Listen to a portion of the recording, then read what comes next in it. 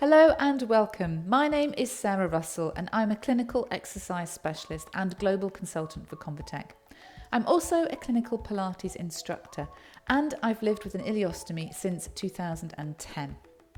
In this video, I'm going to talk about parastomal hernia and demonstrate some safe and appropriate exercises that you can do to strengthen your abdominal muscles. The fear of developing a parastomal hernia or making one worse shouldn't stop you from living your life and doing the things you enjoy. Even if you already have a hernia, it's really important to be as active as you can and not to fear movement, lifting and exercise. Try to remain positive and focus on the things you can do to help yourself, such as staying active and doing exercises to strengthen your abdominal and core muscles. This may reduce your risk of getting a hernia in the first place or prevent your hernia from becoming bigger. These exercises will also give you a sense of control and help you feel stronger through your core, enabling you to move with more confidence. All of these exercises I'm going to show you are illustrated in the green and blue phases of the Me Plus Recovery Programme. This is available online at Convatec or by calling the Me Plus team. All of these exercises are appropriate and safe for anyone with a stoma or with a parastomal hernia. The exercises are all demonstrated lying on the floor, but you can do them on your bed if you prefer. The key thing to watch for when doing any exercise is a feeling of doming, bulging or pressure through the abdomen and around your stoma. If you feel that, then just take the exercise down to the next easiest level. You need to feel a sense of control and connection with your deep abdominal muscles, feeling them drawing in rather than bulging out and feeling that pressure. Using your breath can also help, so we always try to exhale on any effort or exertion of a movement or where a limb is lengthening away. All of the movements I'm going to show you are in what we call supine position, so lying on your back, and this may be more comfortable if you already have a hernia. So let's get started. You can just join in with me and we'll go through 5 key exercises. So come down onto the floor on your side. So start by coming down on your side to begin with. And this just reduces pressure on your abdomen. So we come down on the side, head comes down to the mat, then we roll over onto our back. So we're going to start with an exercise called Core Connect. This is the first exercise in the green booklet. Now, this exercise connects your brain with those deep abdominal muscles, so you get that lovely reconnection.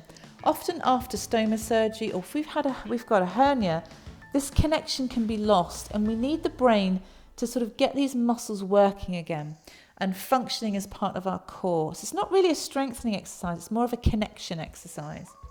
So I want you to try and feel the muscles in your deep abdominal area. So this is an exercise, what we call the transverse abdominis muscle.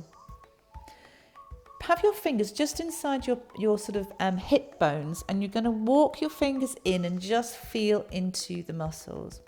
Imagine you've got a big wide belt across this lower part of your abdomen, just above your pubic bone, and you're going to sort of tighten it up a couple of notches and bring your hip bones together and draw those muscles in.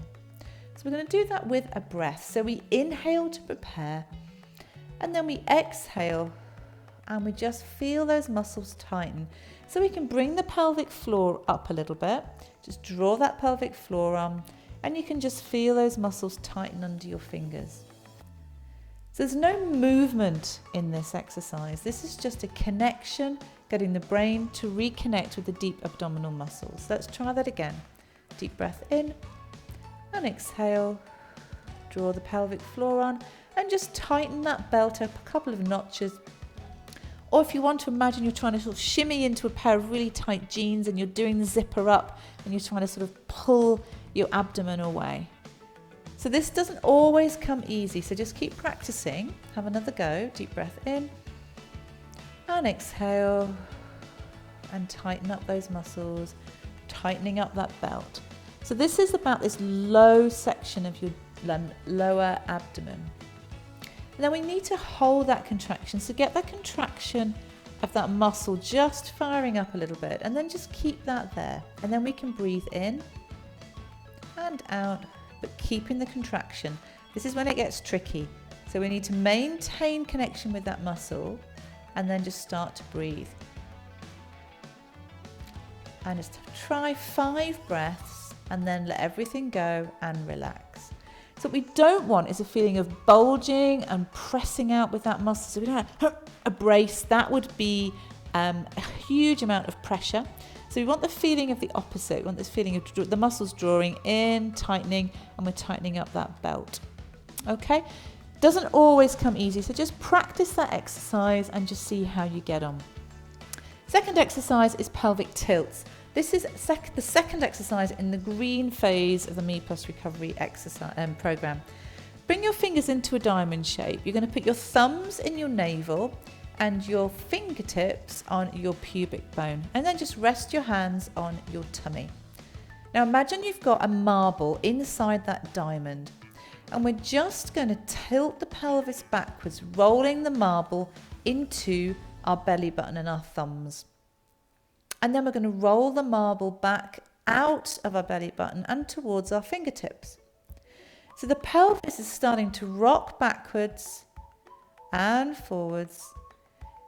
And the focus is on rolling that marble. So we roll it into the belly button and then we roll it back off onto the pubic bone. It's a very subtle, tiny movement. So you can just see my pelvis is just moving, flattening and then rolling back. I'm not pushing my bottom into the floor. I'm not pushing through my legs.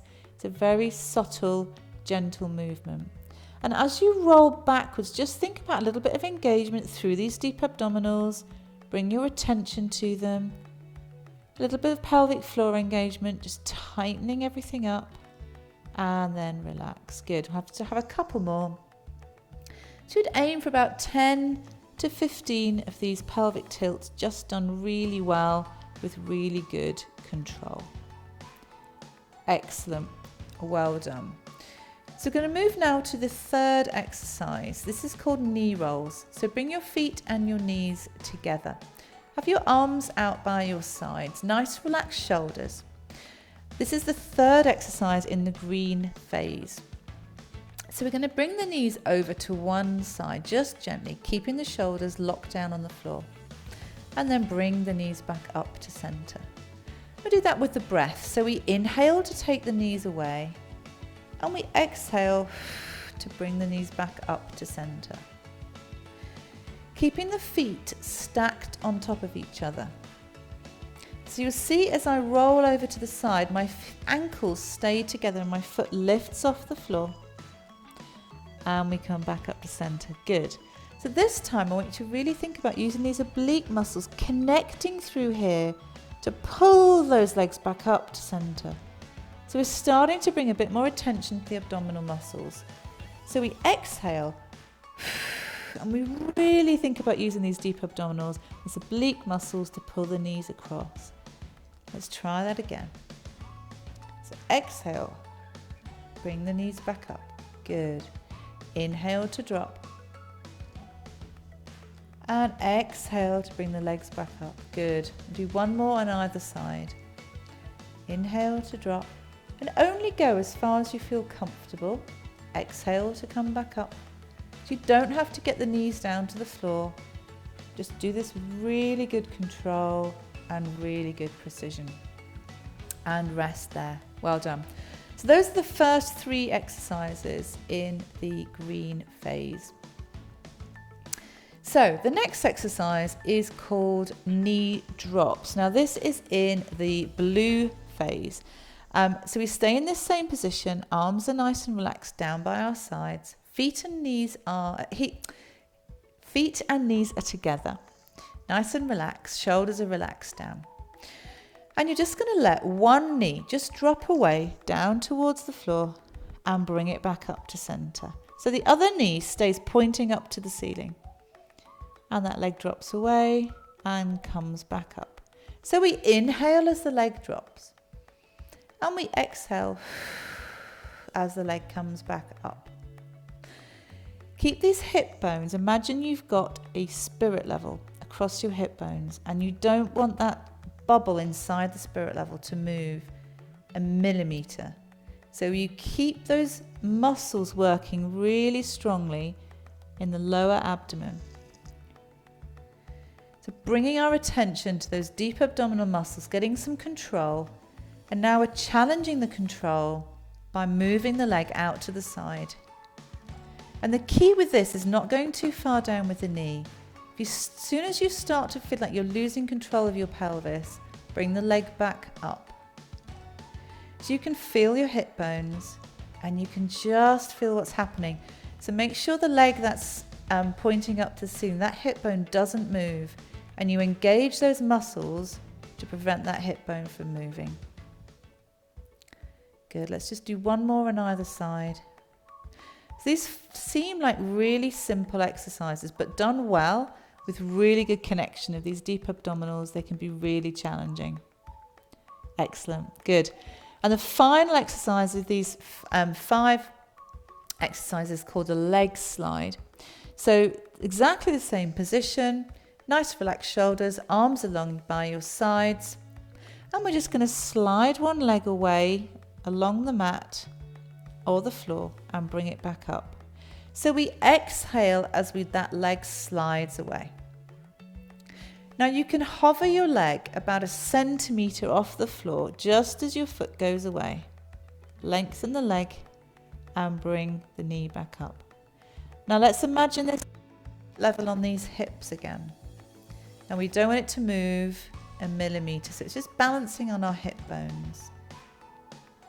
Exhale and lengthen. Inhale and bring the leg back up. Exhale. And inhale. Good. Exhale, keeping good control of those abdominal muscles, and inhale. As the leg lengthens, your pelvis will want to kind of follow it and lift. So your job is to keep control of these abdominal muscles and not let that pelvis follow the leg. So you keep this strong. We don't want to push the back into the floor, just keep it nice and strong. Let's do one more on either side. So with all of these exercises, we're aiming for maybe somewhere between 15 to 20 repetitions of each thing in total. But just work with your limits and just see how you feel. So that's just a little introduction to some safe and appropriate exercises you can do to strengthen your deep core abdominal muscles. All of the exercises and more are illustrated in this program, so you can access this online at Convatec, or you can call the Me Plus team. So with these sorts of exercises, particularly if you have a parastomal hernia, just think about how your body is moving. Think about how you're moving when you're exercising on any day-to-day activities, and just bring some attention to these deep abdominals. Watch out for any feeling of bulging and pressure and doming, and just think about getting a feeling of control and engagement with those deep abdominals. It's like building your own internal support garment and your own internal scaffolding to support your stoma. So thank you for listening. Thank you for joining me for these exercises, and I hope you've enjoyed it and found it useful, and I will see you next time.